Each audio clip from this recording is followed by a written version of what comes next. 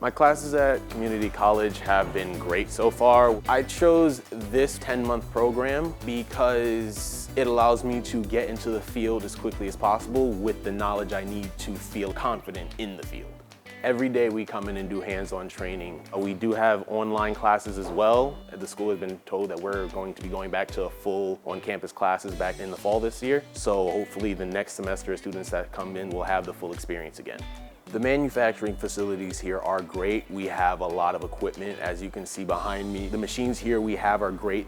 Everybody has their own individual booth. Everything we have here has slowly been upgraded. The teachers that we have here are a lot of fun to work with. They are very knowledgeable in what they do. The people here are very friendly. We all come in, we do what we need to do, and we help each other out if somebody needs the help.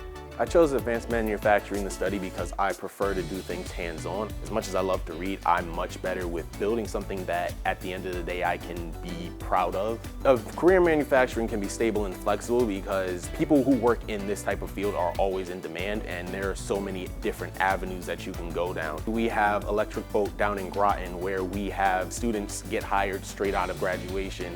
The tips that I would give for somebody coming into an advanced manufacturing program is to think about what you actually like to do. If you're a hands-on person who likes to create things, this is where to go. They also have their machine shops here, which you can get trained to use the different machines to create different types of parts. And then you can still come back and get a welding certificate to have both the machining and a welding certificate to make your own parts and put them together.